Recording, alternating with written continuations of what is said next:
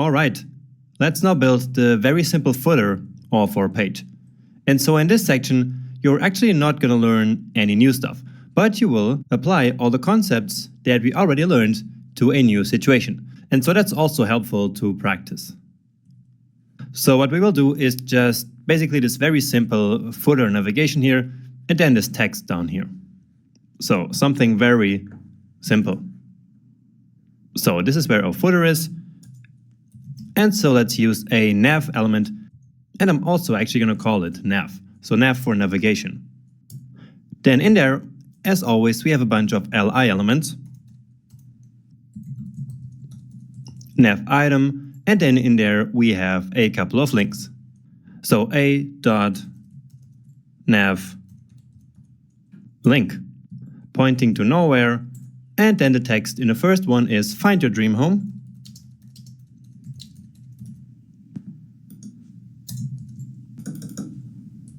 And so let's copy that and create a bunch more. So request proposal.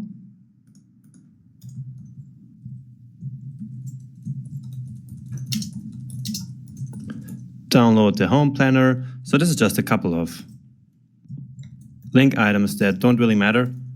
It's just some placeholder text here. So submit your property. And finally, come work with us. And so let's now style all of this. And the first thing that we want here is in a footer is some padding.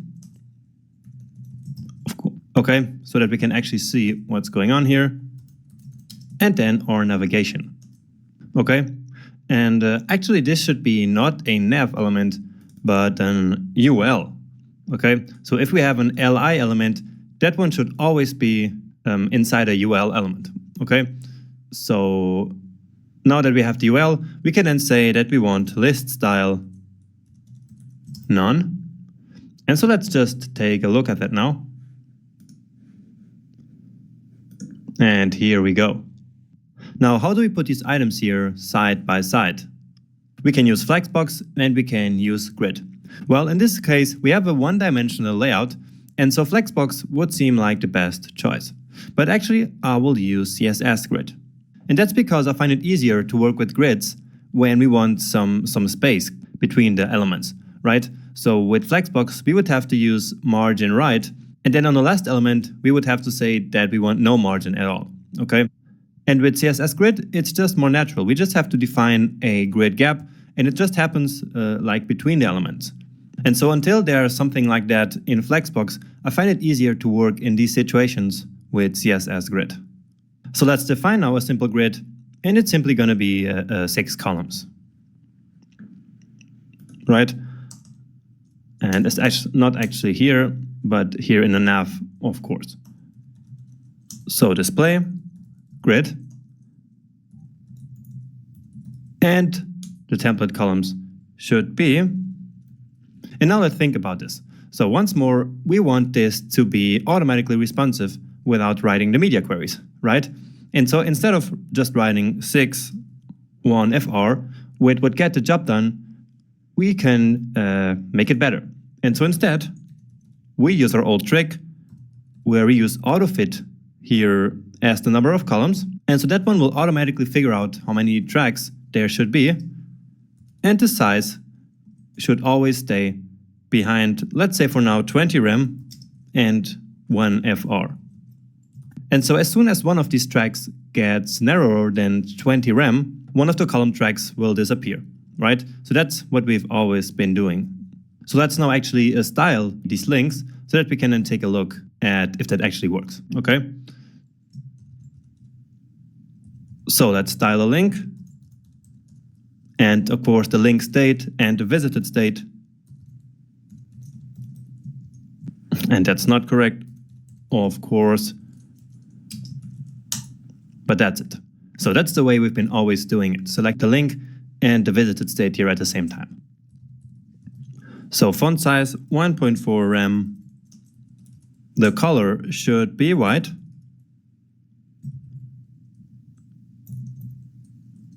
no text decoration in order to get rid of the underlining, and the font family should be our display font.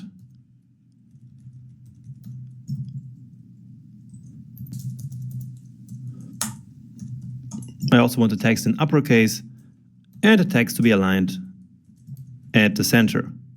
And finally, just so that we can actually see these items, let's change the background color a little bit. And so what I'm going to do here is to set it to a white color with only a very, very small alpha.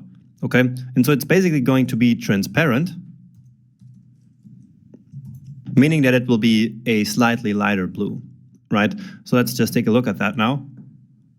And okay, that doesn't look perfect yet. So let's just add some padding here. Okay. So padding 1.5 rem. And in order for this to actually be applied, let's set this to a block. So let's say display block. So how's that going to look? And all right. Now, the thing that I was telling in the beginning that we need here, of course, is the gap. So grid gap 2 rem. And so it's really great with grid to add spacing. So all we have to do is to use this gap property, and it's really easy to work with this. Because again, this doesn't add any space at the end of the container like margin right would do if we use flexbox here instead. So like this, it's going to be just perfect.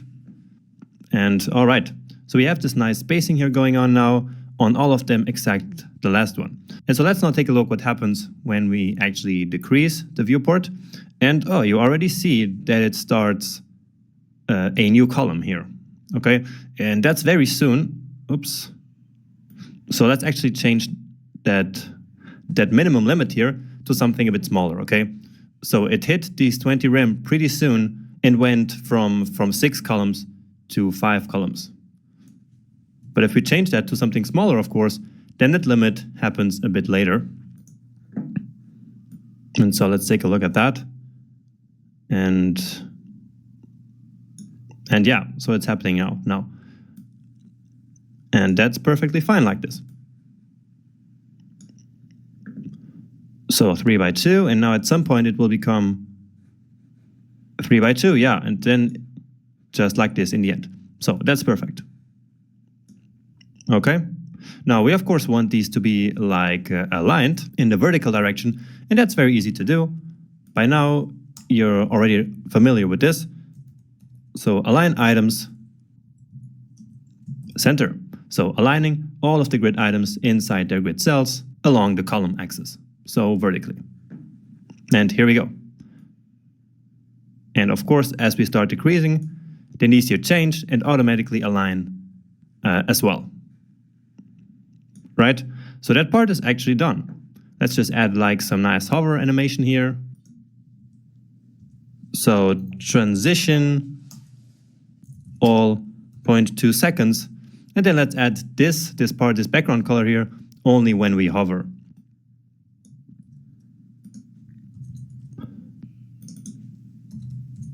So on hover and on active.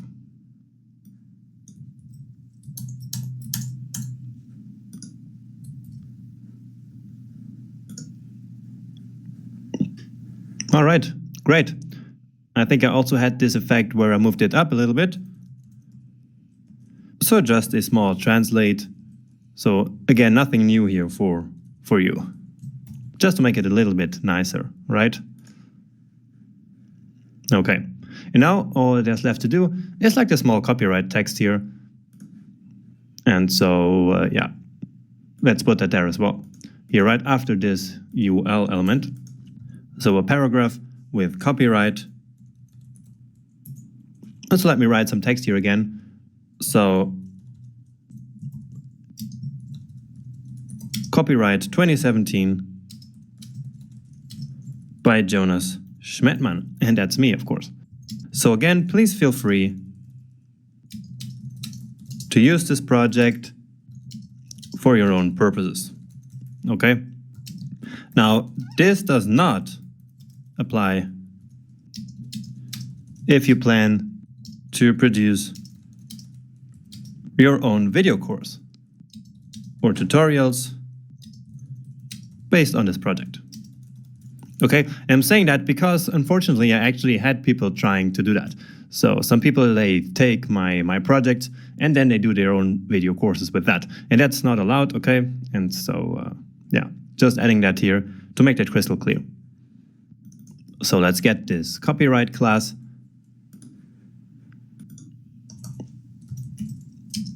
And add it down here.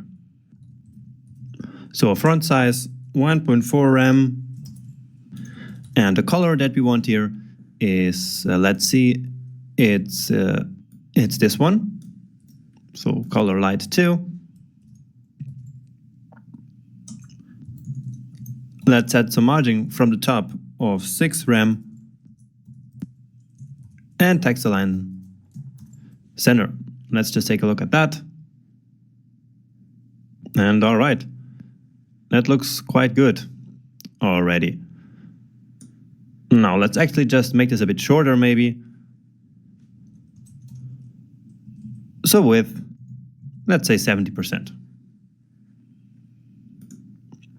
Boom, what's happening now?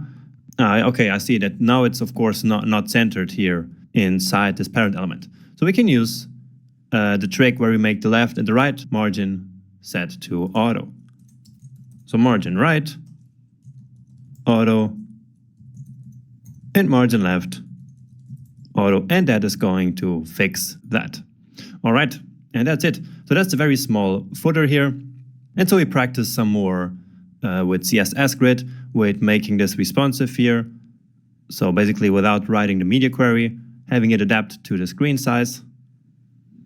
And yeah, so we're already getting close to the end here.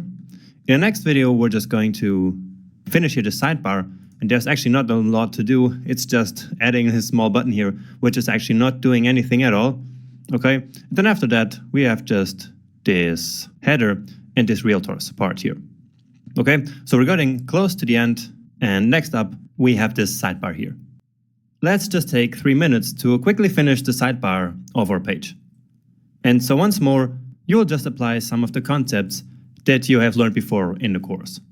So all we're going to do is to add this small button here that we have in the sidebar. And actually when we click it here, then nothing really happens. So this is just a button so that something is in here, okay? So I just didn't want to leave this empty here, and so I just packed this button in there, okay? So in our HTML, right at the beginning, because that's where our sidebar element is, I'm just going to put a button here and call it the nav button.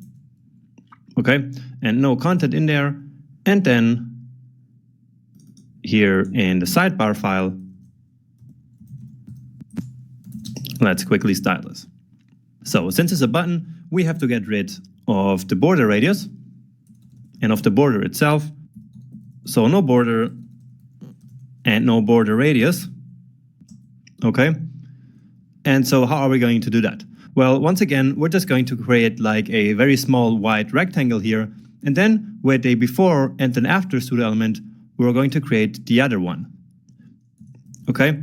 So this will have a white background color, and it's only going to be 2 pixels high. So 2 pixels and a width of 45 pixels, so 4.5 rem. Okay, and then let's just add the before and the after pseudo elements.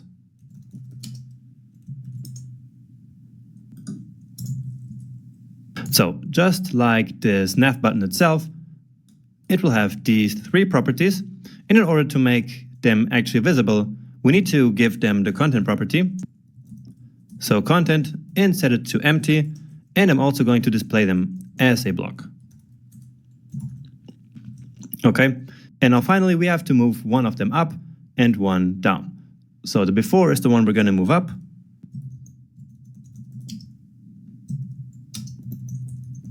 So transform, translate in the y direction minus 1.5 rem.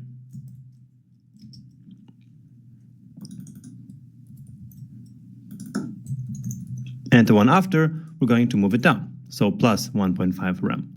So let's take a look at that.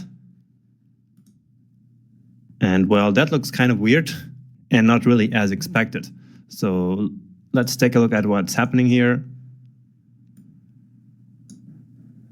with the sidebar and this button here. And so there's not really any style here applying to it. And why is that? So let's see if we have some error, maybe in the terminal here. And actually, yeah, so there's some kind of error. So it's apparently here in this part of the code. And so it's because I have this semicolon inside of these parentheses, and that's not where they should be, of course. Okay, so that's that. And I think we cannot see the one before because it is actually now outside of the page. So we need to move all of this here down a little bit. So the entire button. So margin top, like 4 rem. And let's take a look at that now. And yeah, that looks much better. Now all there's left to do is to really center this here inside of the container. And for that, a good way to do it is to use Flexbox. So remember that I said that Flexbox is great for these very, very small applications like aligning and centering small stuff. Okay, and so that's a perfect use case for using Flexbox. So here on the sidebar container, display flex, and then all we have to do is to say justify content center. Because remember that justify content aligns all of the items along the main axis. And that's the one that we want, so horizontally. And we want to center it, and so that is the result. Now just a small problem here, I see that here this distance here is slightly smaller than this one here, and that's because we translated both 1.5 rem. But the place where it starts counting this offset is not really centered here apparently. And so we just have to move this one here, so the after one a bit up. So probably like 2 pixels. So instead of 1.5, let's give it 1.3, and that fixes it. And okay, so we're good to go. Another component that is ready now. So all that's left to do is to really finish now this header and this Realtors part.